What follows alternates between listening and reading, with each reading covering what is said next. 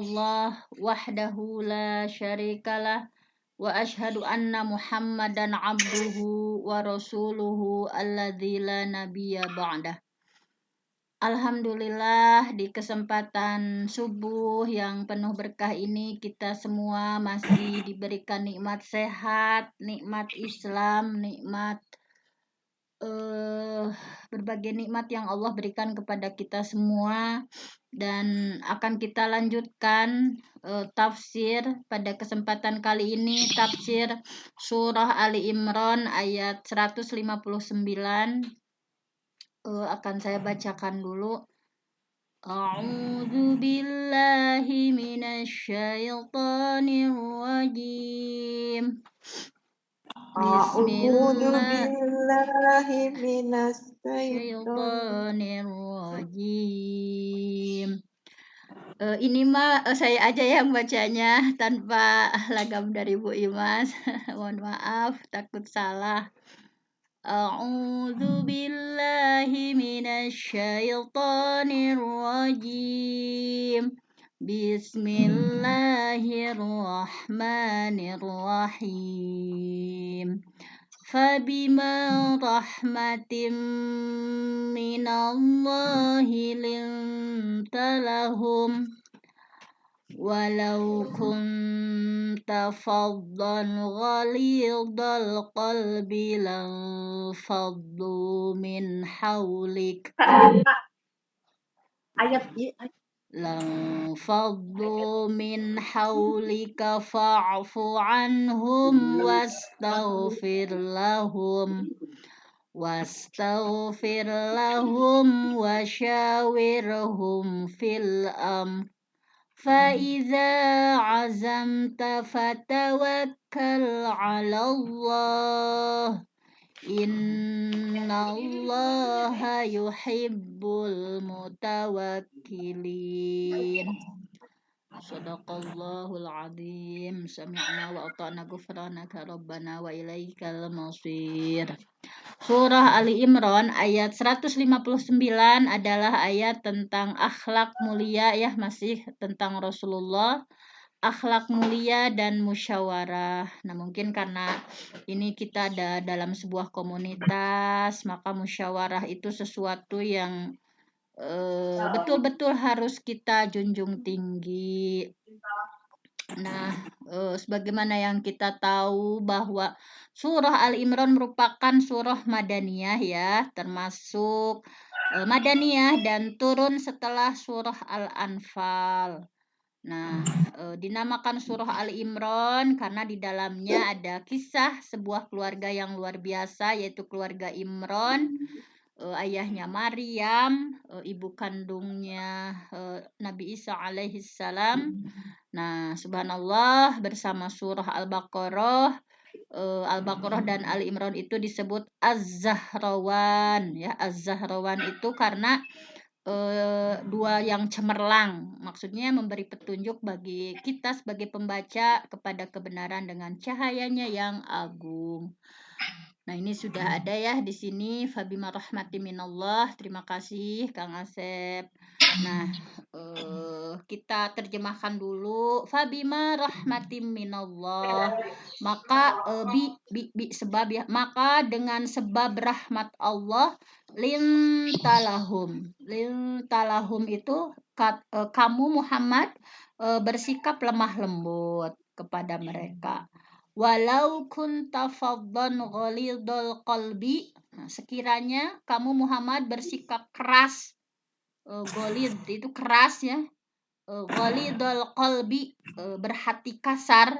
Seandainya Nabi Muhammad keras dan berhati kasar, lal faddu min haulik, tentu mereka akan menjauhkan diri dari sekelilingmu, dari sekitar Nabi Muhammad. Maka ini perintah Allah, fa'fu anhum, maka maafkanlah mereka, wastaghfir lahum, mohonkan ampun untuk mereka, wasyawirhum, dan bermusyawarahlah, fil amri, dalam urusan. Dalam setiap urusan itu harus bermusyawarah. Faiza, maka apabila azamta, engkau telah berazam, membulatkan tekad, fatawakkal 'alallah, maka bertawakallah kepada Allah. Innallaha, sesungguhnya Allah, yuhibbu, ya, Allah itu menyukai al-mutawakkilin, orang-orang yang bertawakal kepada Allah. Nah, ini asbabun nuzul dari Quran surah Ali Imran ayat 159 itu. Kalau dalam Said Kutub, ya, dalam tafsir fi Zilalil Quran menjelaskan bahwa ketika perang Uhud, semangat orang muslim itu kan berkobar ingin pergi berperang, terutama mereka yang tidak ikut saat perang Badar.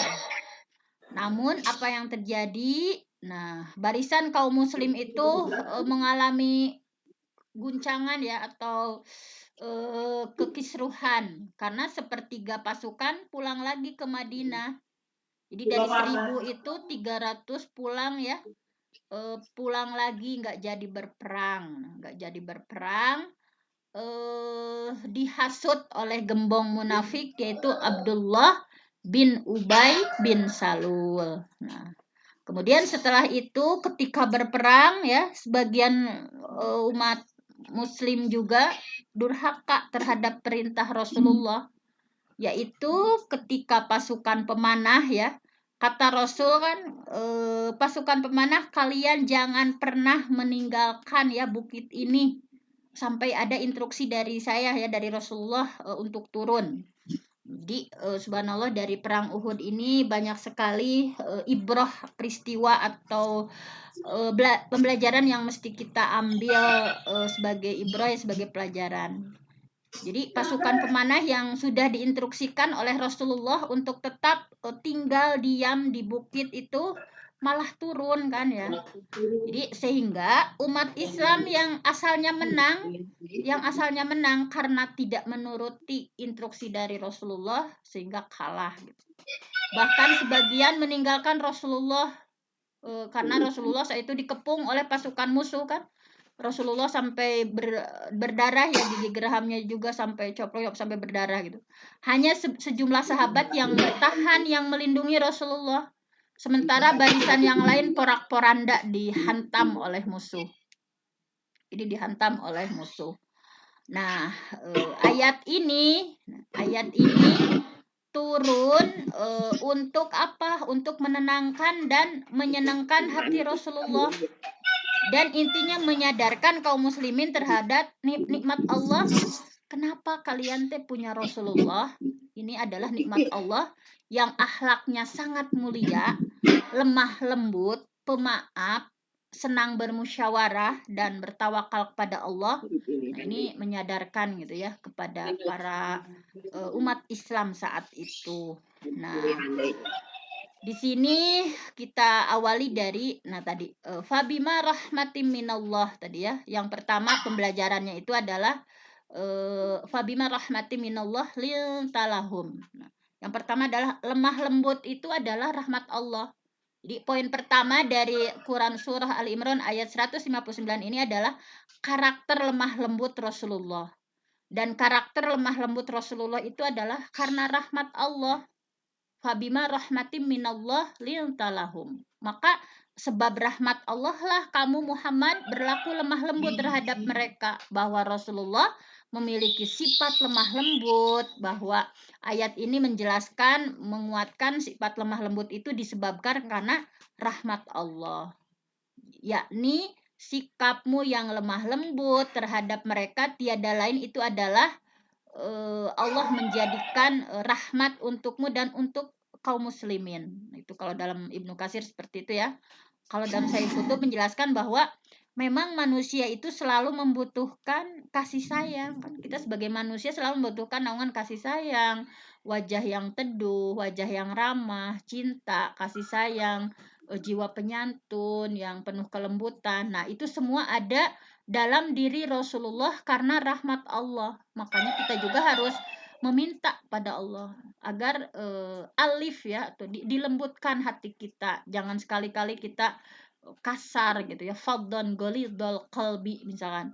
Nah, penjelasan Sayyid Qutb mengisyaratkan bahwa sikap lemah lembut itu harus dimiliki oleh setiap mukmin, apalagi jika seseorang itu menjadi seorang pemimpin. Kalau dalam tafsir Al-Munir ya, Syekh Wahbah Az-Zuhaili mengutip hadis atau asar dari Umar bin Khattab, an innahu la hilma ahabbu ilallah min hilmi imam. Tidak ada sikap lembut yang lebih dicintai Allah dari sikap lembut dan murah hatinya seorang pemimpin. Ini para pemimpin ya. Dan tidak ada sikap kasar dan sombong dan angkuh yang lebih dibenci Allah dari sikap kasar dan arogansinya seorang pemimpin. Nah, seperti itu. Jadi, apalagi ini sebagai seorang pemimpin harus gitu ya. Tidak ada sikap lemah lembut yang lebih dicintai Allah dari sikap lemah lembutnya dan murah hatinya seorang pemimpin, dan tidak ada sikap kasar dan angkuh yang lebih dibenci oleh Allah dari sikap kasar dan arogansinya seorang pemimpin. Nah, kemudian yang kedua tadi walau kunta faddan ghalidhal qalbi la faddu min haulik. Sikap kasar itu akan menjauhkan. Nah, poin kedua dari surah Ali Imran ayat 159 itu bahwa akibat ketika bersikap keras lagi kasar ya. Tadi walau kunta faddan, sekiranya kamu Muhammad faddan bersikap keras, ghalidhal qalbi berhati kasar, la faddu min haulik, pasti mereka akan menjauhkan diri dari sekelilingmu. Faddon itu berasal dari kata al-fad ya, al-fad itu keras. Kalau Ibnu Katsir menjelaskan bahwa maknanya itu adalah keras dan kasar dalam berbicara. Ini hati-hati juga bagi pemimpin, jangan sampai keras dan kasar dalam berbicara. Ibnu Katsir menjelaskan maknanya, nah ini, sekiranya kamu kasar dan dalam berbicara dan berkeras hati dalam menghadapi mereka, maka mereka itu akan bubar, akan meninggalkanmu Muhammad. Akan tetapi Allah menghimpun orang-orang mukmin di sekeliling Nabi Muhammad dan membuat Nabi Muhammad lemah lembut terhadap mereka sehingga orang-orang mukmin menyukai Nabi Muhammad. Nah, jadi kata-kata kasar, keras hati adalah memang sikap yang secara fitrah kita semua sebagai manusia benci. Misalkan ketika ada pemimpin yang kata-katanya kasar, hatinya keras, pastinya orang-orang akan menjauhinya. Kalaupun ada yang mendekat, mereka bukan mendekat karena cinta, tetapi karena takut dan terpaksa. Nah, Rasulullah pemimpin yang agung. Rasulullah tidak pernah marah karena persoalan pribadi. Kalau dalam Sayyid Qutb misalkan tak pernah sempit dadanya menghadapi kelemahan mereka selaku manusia dan tak pernah mengumpulkan kekayaan untuk dirinya sendiri. Bahkan memberikan segala yang Rasulullah punya. Kesantunan, kesabaran Rasulullah, kebajikan, kelemah lembutan, cinta kasih sayang, subhanallah ada dalam diri Rasulullah. Selanjutnya yang ketiga adalah seni memaafkan nih, ada seni memaafkan dan sikap demokratis dalam Islam. Jadi poin ketiga yang bisa kita jadikan pelajaran dari Quran Surah Ali Imran ini, perintah untuk memaafkan dan memohonkan ampun serta bermusyawarah. Fa'fu anhum, maafkan mereka. Wastaghfir lahum, bahkan mohonkan ampunan. Wasyawirhum fil amri, dan bermusyawarahlah dengan mereka. Nah, walaupun sebagian kaum muslimin berbuat salah, tetap Allah memerintahkan Rasulullah untuk memaafkan mereka, bahkan memohonkan ampunan kepada Allah. Allah juga memerintahkan untuk mengajak mereka bermusyawarah. Jadi Islam itu menerapkan prinsip musyawarah dalam sistem pemerintahan ya, sehingga Rasulullah sendiri yang melakukannya. Rasulullah sering kan selalu bermusyawarah. Misalkan ketika perang Badar, Rasul bermusyawarah, meminta pendapat para sahabat ketika yang akan mereka hadapi itu adalah ternyata kafir Quraisy, bukan kafilah dagangnya Abu Sufyan misalkan. Lalu para sahabat pun menyatakan kesiapan untuk berperang bersama Rasulullah. Ketika perang Uhud, Rasul mengajak para sahabat bermusyawarah. Apakah menghadapi musuh itu di luar Madinah atau tetap bertahan di Madinah? Ketika perang Ahzab misalnya juga Rasulullah mengajak musyawarah bagaimana strategi pertahanannya. Dan perjanjian Hudaibiyah yang sangat populer itu juga adalah salah satu bentuk musyawarah. Begitu banyak musyawarah Rasulullah dan sahabat dalam sejarah. Sehingga dalam istilah modern Rasulullah sering ya disebutkan pemimpin yang demokratis, tidak otoriter, memutuskan berbagai hal dengan sendiri. Bahkan beliau itu pokoknya mengajak para sahabat musyawarah, kecuali dalam hal yang memang sudah ditetapkan wahyunya dari Allah, bahwa makanya begitu pentingnya musyawarah, begitu pentingnya syuro. Bahkan Buya Hamka gitu ya ada membuat judul Syuro sebagai sendi masyarakat Islam. Beliau menjelaskan dengan panjang lebar tentang contoh musyawarah di masa Rasulullah. Jadi pertumbuhan syuro itu jadi intinya ya subhanallah kita harus menjunjung tinggi musyawarah. Kemudian yang selanjutnya adalah sikap tawakal hasil dari musyawarah. Kan kadang kita kalau udah musyawarah hasilnya A, tetapi pelaksanaannya B. Nah, ini diingatkan dalam Quran surah Ali Imran. Tawakal dalam menyikapi hasil musyawarah. Jadi poin keempat dari Quran surah Ali Imran ayat 159 ini adalah perintah untuk bertawakal terutama setelah musyawarah. Fa'idza azamta, apabila kamu sudah membulatkan tekad, misalkan keputusannya A, fatawakkal 'ala Allah, bertawakallah kepada Allah. Innallaha yuhibbul mutawakkirin, karena sesungguhnya Allah menyukai orang-orang yang bertawakal kepadanya. Jadi ketika menafsirkan firman ini Ibnu Katsir menyebutkan bahwa apabila engkau bermusyawarah dengan mereka gitu ya dalam urusan itu dan kamu telah membulatkan tekad sudah memutuskan suatu perkara, hendaklah kamu bertawakal kepada Allah. Jadi ini yang diperintahkan Allah. Jika musyawarah telah menghasilkan keputusan, pegang keputusan itu. Bertawakallah kepada Allah. Jangan risau dengan hasilnya, jangan menyalahkan musyawarah jika ada hal yang tidak sesuai dengan harapan sepanjang sudah menjalankan hasil musyawarah itu. Misalnya kan ini contohnya menjelang perang Uhud, memutuskan bahwa pasukan Islam menghadapi kafir Quraisy di luar Madinah, itu keputusan musyawarah, bahwa umat Islam menghadapi pasukan kafir Quraisy itu di luar Madinah. Nah, ketika kaum muslimin kalah kan ya di perang Uhud itu 70 orang syahid, 70 sahabat syahid, orang munafik menyalahkan hasil musyawarah itu dan mengungkit pendapat mereka. Nya cek abige cenah kudu bertahan di Madinah, cek orang munafik teh. Padahal sesungguhnya mereka itu ingin perang di Madinah itu supaya tidak terlihat ya ketika tidak ikut berperang. Eta mah orang munafik mah ingin di Madinah teh pedah meh teu katingali teu ngiring perangna gitu kan 300 pulang dia orang munafik ya. Dan nyatanya memang kaum munafik itu tidak meneruskan perjalanan ke Uhud tapi kembali pulang ke Madinah. Sedangkan Rasulullah meskipun pendapatnya juga ingin menghadapi musuh dengan pertahanan kota Madinah, beliau mengikuti keputusan musyawarah yang menyepakati bahwa menyambut musuh di luar Madinah. Nah, Rasulullah mah kan sebetulnya yang Rasulullah inginkan itu menyambut itu di Madinah, di kota Madinah pertahanan itu. Tetapi karena hasil musyawarah menyepakati menyambut musuh di luar Madinah. Nah, meskipun pasukan Islam kalah dalam perang Uhud, Rasulullah tidak pernah menyalahkan. Rasulullah tidak menyalahkan musyawarah dan tidak mengungkit pendapat beliau. Nah, ini tawakal inilah yang membuat seorang mukmin tidak menyalahkan hasil musyawarah dan tidak mengungkit pendapatnya yang ditolak saat musyawarah. Jadi cek abige misalkan kenapa acaranya nggak sukses karena nggak tidak seperti itu. Tapi bertawakallah kepada Allah. Demikianlah, mohon maaf agak kepanjangan ini, kita mudah-mudahan meneladani sifat Rasulullah, lemah lembut Rasulullah, bahwa akhlak beliau yang pemaaf, senang bermusyawarah dan bertawakal kepada Allah.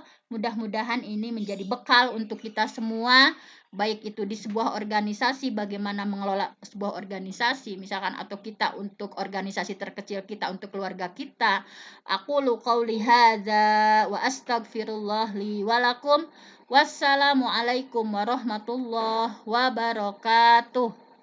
Waalaikumsalam warahmatullahi wabarakatuh. Jazakillah khairan katsira Bunda Penti atas tafsir pada hari ini. sangat bermanfaat sekali untuk menjadi panduan kita ya dalam berorganisasi dan dalam memanage suatu komunitas. Semoga Allah memberikan kita taufik hidayah ya agar bisa meneladani apa yang sudah dituntunkan oleh Rasulullah Shallallahu Alaihi Wasallam. Baiklah, selanjutnya kita mintakan Ustadz Salim. Halo, masih ada Ustadz Salim? Bu Siti Jamila Haja. Iya. Ini sedikit mumpung saya ingat takut kelupaan kepada Ibu Hajah Nunung Nur Aini ya, sehubungan kita kedatangan tamu dari Kemenag RI ya pusat Jakarta, yaitu Ibu Hajah Ida ya. Hari ini insya Allah untuk monitoring evaluasi dengan beberapa sekolah, beliau menginginkan jam 7 bertemu di depan Departemen Store Yogya ya di Gedung Korwas di Sekretariat Akpai. Nah, nanti jam 7 mungkin langsung menerima berkas, kemudian